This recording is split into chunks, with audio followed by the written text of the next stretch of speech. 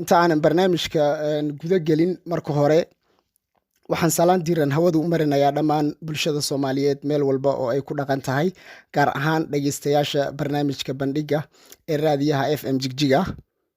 Haddaan isla su'aalka dhaxweydii su'aashan oo ku saabsan iyadana mataqaana danyarta haddaan dhahan dad badan baa soo galo masaakiin ah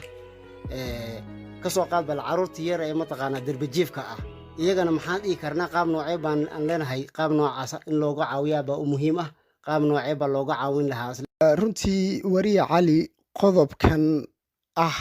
caruurta ay dantu baday derbijiifka waa arin runtii aad u adag oo runtii ku dheehan yahay dareen aad u adag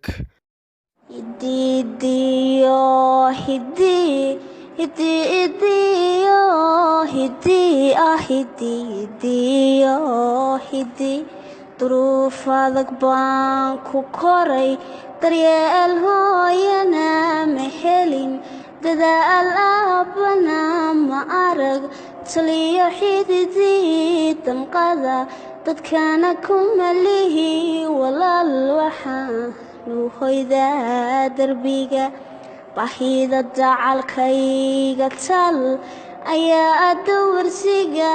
i baray darxumo badan baan qabaa dubkay iga waxaa ku shidan dabuku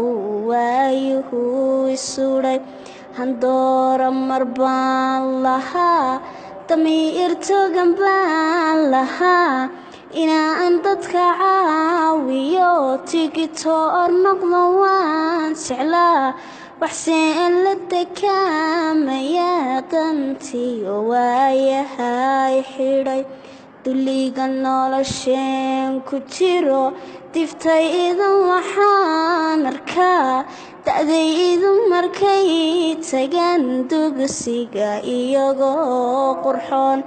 ayaan qura deeq ma helin farxadda waan kala didnaa waxaan gashadaa dirays maryaha duugeed qubtan duxiyo iidaan macuno dugaag waxaan qaybsanaa hambada aadaadisaan sida laga fahmi karo magaca derbijiif waa qof derbiyada u hoydo amaba hoy la'aan ah meel kasta oo dunida ka mid ahna way jiraan cid derbijiif ku ah ha sababaan daruufaha dhaqaale amaba ha sababaan xanuunada dhibirka taasina waxaa noo caddayn kara waddamada dhaqaalahoodu sarreeya waxaad arkaysaa ummado badan oo derbiyada iyo waddooyinka hareerahooda hoy u ah derbijiifka laftiisu wuu sii kala daran yahay amaba uu sii kala halis badan yahay oo caruurta iyo dhallinyarta derbiyada hoyga iyo huba u yihiin waxay la darsaan xaalado aad u adag taasoo noloshooda oo dhan marmarka qaar saamayso sidaas si la mid ah magaalooyinka aan ku noolnahay waxaa jira dad ku sugan xaaladdaas xilliga aanu ku sugannahay waa xilliyadii hore aad buu uga duwan yahay wuxuuna uga duwan yahay oo xilliyadii horena waxaa ka duway xanuuno kanita caabuqan safmarka ah ee coronavirus ayaa ka duway runtii dadka u sahlanna waa ayaga dadka danyarta ah iyo weliba dadkaasita derbijiifka ah ayaa si aad ah ugu sahlan runtii way adag tahay in aan cabiro anigoo dherigsan dareenka qof gaajoonaya anigoo faraxsan in aan ka wartabiyo rabitaanka qof murugsan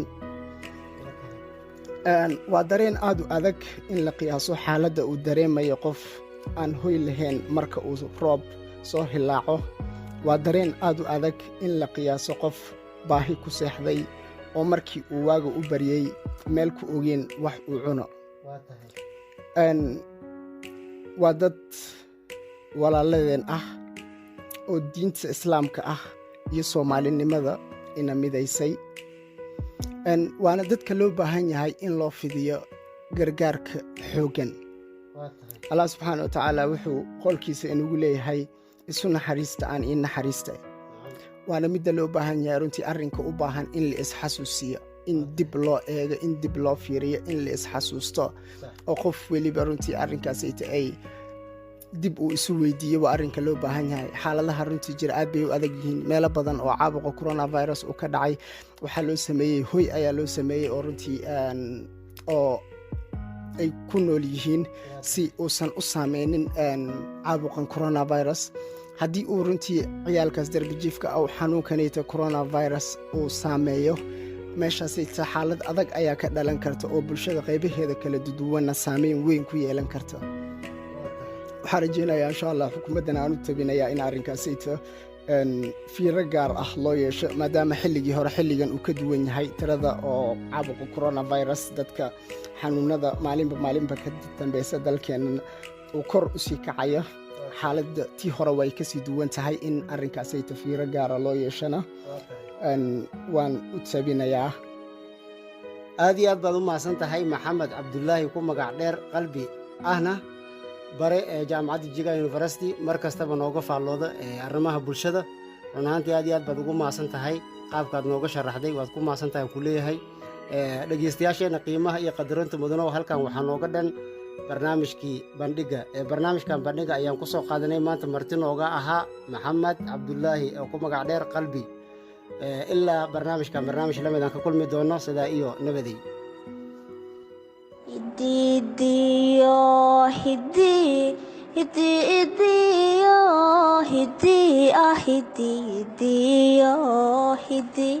duruuf adag baan ku koray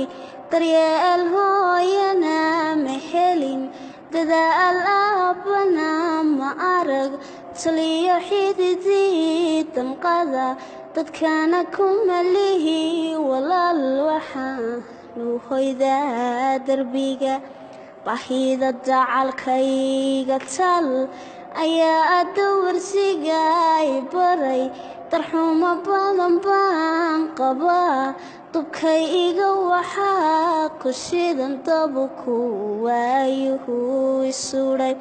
handoora mar baan lahaa damiir togan baan lahaa inaan dadka caawiyo tigitoor noqdo waan jeclaa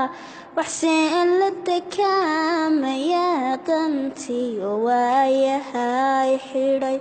duliga nolosheen ku jiro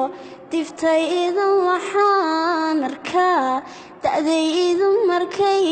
tagaan dugsiga iyagoo qurxoon ayaan qura deeq ma helin farxaddan waan kala didnaa waxaan gashadaa dirays maryaha duugeed qubtan duxiyo iidaan macuno dugaag waxaan qaybsanaa hambada aadaadisaan